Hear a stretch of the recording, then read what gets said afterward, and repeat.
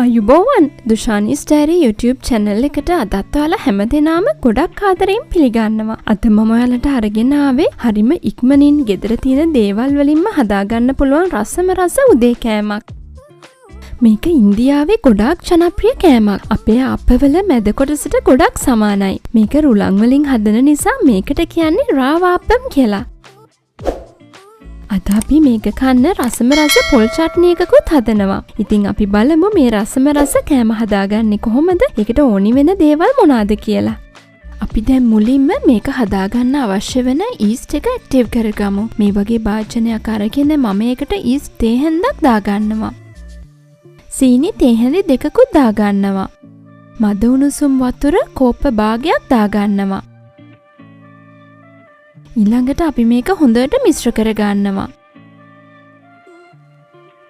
දැන් අපි මේක වහලා විනාඩි 5ක් ඊස්ට් ටික හොඳින් ඇක්ටිව් වෙන්න තියාගන්නවා. ඊස්ට් ටික ඇක්ටිව් වෙනකන් අපි රුලන් මිශ්‍රණය හදාගමු. මේ වගේ බ්ලෙන්ඩර් ජාර් එකක් අරගෙන මම ඒකට රුලන් කෝප්පයක් දාගන්නවා. ඊළඟට පාන් පිටි මේස හැඳි 4කුත් දාගන්නවා. මද රස්නේ වතුර කෝප්ප 1/4ක් දාගන්නවා. ඊළඟට අපි මේක හොඳින් බ්ලෙන්ඩ් කරගමු. මෙන්න මේ වගේ ක්‍රීම් එකක් වගේ වෙනකන් හොඳින් බ්ලෙන්ඩ් කරගන්න. මේ වගේ බ්ලෙන්ඩ් කරගත්ත රුලන් මිශ්‍රණය ඊළඟට අපි මේ වගේ බෝල් එකකට දාගන්නවා. දැන් මේ තියෙන්නේ අපි ඉස්සෙල්ලා පිපෙන්න තියාගත්ත ඊස්ට් මිශ්‍රණය. මේ බලන්න ඊස්ට් ටික හොඳට පෙන දාලා පිපිලා තියෙන්නේ.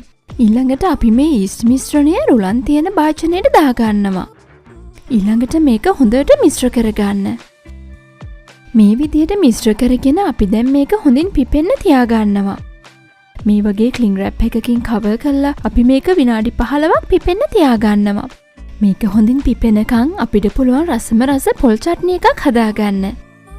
පොල් චට්නි එක හදාගන්න අපි මුලින්ම මේ වගේ බ්ලෙන්ඩර් ජාර් එකක් අරගෙන ඒකට අවුමිරිස් කරල් 4ක් දාගන්නවා. ඒකටම අපි කරපිංච ටිකකුත් දාගන්නවා. පොඩියට කපාගත්ත ලොකු ලුණු ගෙඩි භාගයකුත් දාගන්නවා. පොඩි ඉඟුරු කෑල්ලක් සුදු ලුණු බික් දෙකකුත් දාගන්නවා. ඒකටම අපි සීමල ටිකකුත් දාගන්නවා. මේ දේවල් ඔයාලගේ රසය අනුව අඩු වැඩි කරගන්න. ඊළඟට මම රස අනුව ලුණුත් එකතු කරගන්නවා. මේකටම අපි පොල් කෝප්පයක් දාගන්නවා.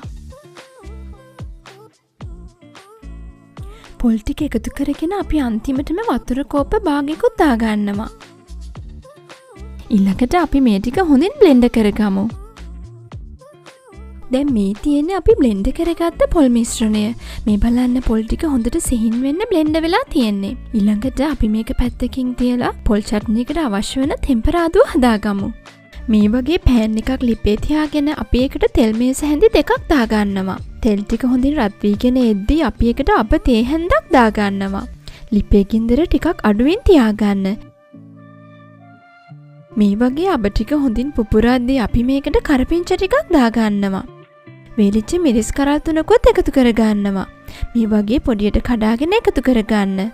ඊළඟට අපි මේ ටික හොඳට ටෙම්පරාදු කරගමු. කරපිංච ටිකයි මිරිස් ටිකයි හොඳට ටෙම්පරාදු වෙගෙන එද්දී අපි මේකට ඉස්සෙල්ලා බ්ලෙන්ඩ් කරගත්ත පොල් ටික දාගන්නවා.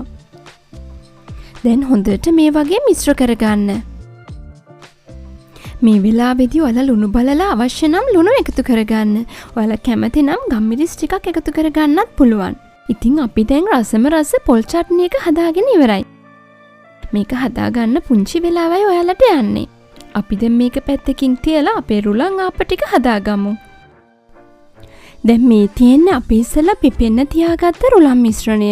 මේක දැන් හොඳට පිපිලා තියෙන්නේ. මම මේ ඔයාලට පෙන්නන්නේ හරියටම විනාඩි 15කට පස්සේ.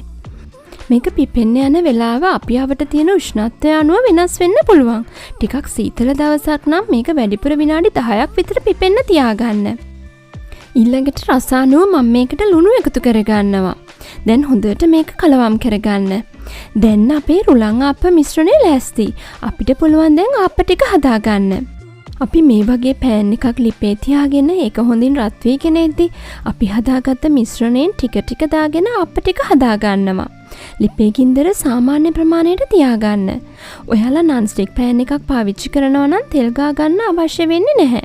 මේ වගේ ආප්පේ උඩ අමු ගතිය නැති වුණාම අපි මේක හොඳින් වහලා තවත් තප්පර 10ක් තියාගන්නවා. මේ වගේ අප්පේ උඩත් හොඳින් තැඹුණහම අපි මේක පෑන් එකකින් ඉවත් කරගන්නවා. මේ වගේ අප්ප හදාගන්න අතරතුර තෙත ටිෂු එකකින් පෑන් එක මේ විදිහට පිහලා පිරිසිදු කරගන්න. අපි දැන් තවත් ආප්පයක් හදාගමු. ඉස්සෙල්ලා වගේම මිශ්‍රණයෙන් කොටසක් මේ වගේ පෑන් එක උඩට දාගන්නවා. මේ වගේ එකම ප්‍රමාණය දාගත්තාම ඔයාලට එක හා සමාන ආප්ප ටිකක් හදාගන්න පුළුවන්. අපේ උඩ අමු ගතිය ගියාම මේ වගේ වහලා තප්පර 10ක් හොඳට උඩ තැම්බෙනකන් තියාගන්න. මේ වගේ අපේ උඩ හොඳින් තැම්බුණාම අපි මේක පෑන් එකකින් ඉවත් කරගන්නවා. අපි අද ගත්ත මේ රුලන් කෝප්පෙන් සාමාන්‍ය තරමේ රුලන් ආප්ප ඔයාලට 8ක් වගේ හදාගන්න පුළුවන්. ඉතින් මේ තියෙන්නේ අපි හදාගත්ත රසම රස රාවා අප්පම්. ඔයාලා මේක එකපාරක් හරි හදලා බැලුවොත් ගොඩාක් ආස වෙයි. පුංචි අයටත් මේක පෝෂ්‍යදායී කෑමක්. ඉතින් මං හිතනවා ඔයා මේ රෙසිපි එක try කරලා බලයි කියලා. ඉතින් ඔයා මේ වීඩියෝ එකට කැමති නම් මට like එකක් දාන්න, share කරන්න, ඒ වගේම dushanisdiary YouTube channel එකට subscribe වෙන්න අමතක කරන්න එපා. ඔයාලා මගේ recipes try කරොත් ඔයාලගේ photos මගේ Facebook page එකත් එක්කත් share කරන්න. අපි ආයෙමත් මේ වගේ රසවත් වීඩියෝ එකකින් හමු වෙමු. ඔයාලා හැමෝටම සුබ දවසක්.